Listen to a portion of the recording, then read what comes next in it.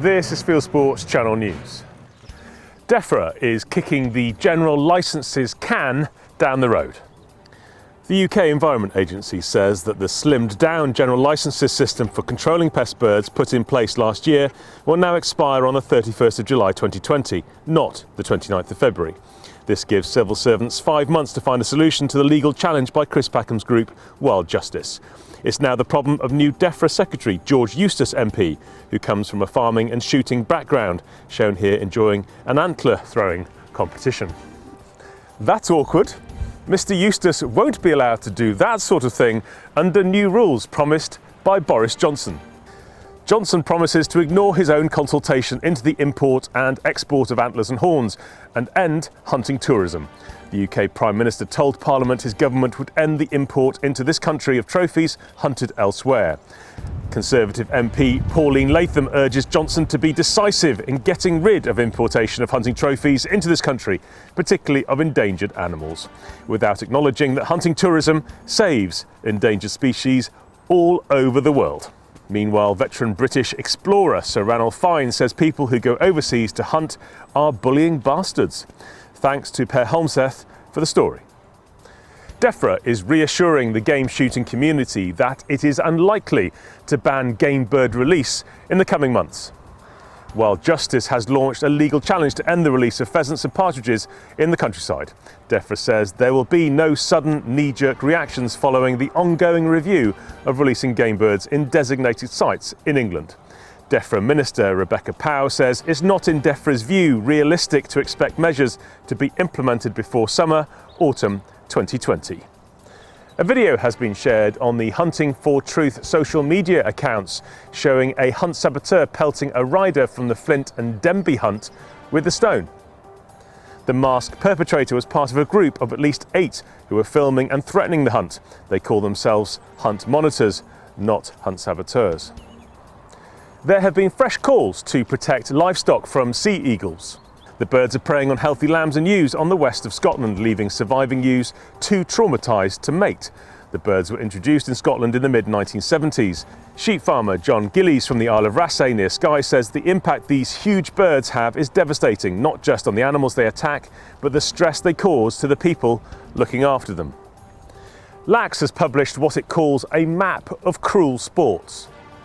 It's releasing postcodes and detailed information on clothing or uniform worn by 299 hunts across the UK.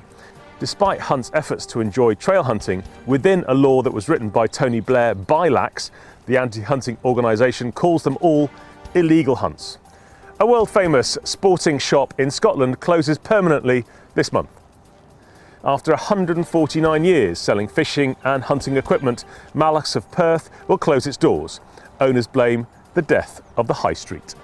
Basque has forced Twitter to remove a tweet.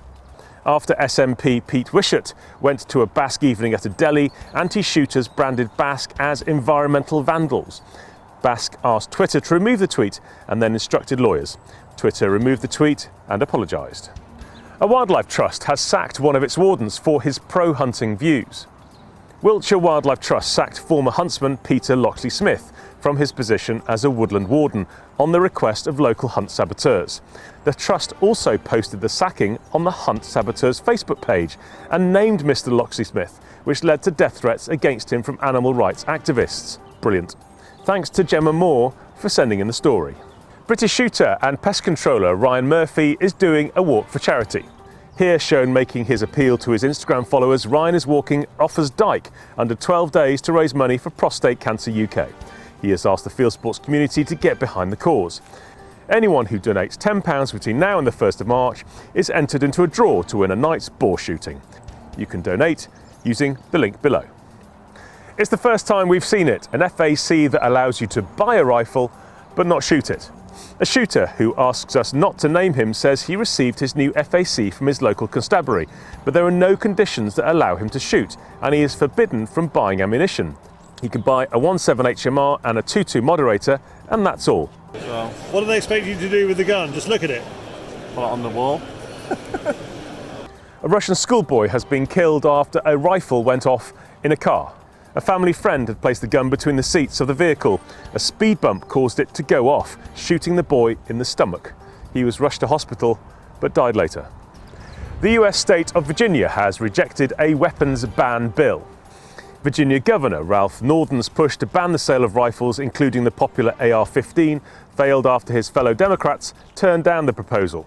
Senators voted to shelve the bill for the year, drawing cheers from a room packed with gun rights activists. Virginia is currently in the middle of the country's heated gun debate after Democrats ran heavily on gun control in last year's election. Lead in Gralloch is killing bald eagles, according to scientists. The Cape Fear Raptor Center, North Carolina's largest eagle rehab facility, says that since November, at least 80% of the eagles that it's put down are due to lead poisoning. The birds are being poisoned after eating animals that have been shot by the bullets. The American Bird Conservancy says the only solution is non-lead ammunition. Antis are displaying new levels of sexism in Norway. Norwegian moose hunter Maya Oden has shared a post showing some of the online abuse she has received since posing for a picture where she has her pregnant bump on show. She says showing empathy and taking care of the family is not a woman's job, and that hunting and fishing is not a man's job. A Spanish website says that vegans across the world are walking cabbages instead of dogs. Lumunida.com says the vegans recognise the health benefits of walking, but don't want to walk live animals. They say that among the advantages of cabbages over dogs is that they don't bark or start fights with other vegetables. Happily, the story is not quite true. It's actually a performance art show by Chinese artist Han Bing. Thanks to Andy Chasney for the story. And finally, a young female badger surprised shop staff when it fell through the ceiling of a store in Northampton. Shop managers believe the animal accessed the shop via ducts in the ceiling and hid there before its impromptu arrival on the shop floor. It was caught by a local wildlife group and released. Thanks to Steve Kearney for the story. You are now up to date with Fieldsports Channel News. Stalking the stories, fishing for facts.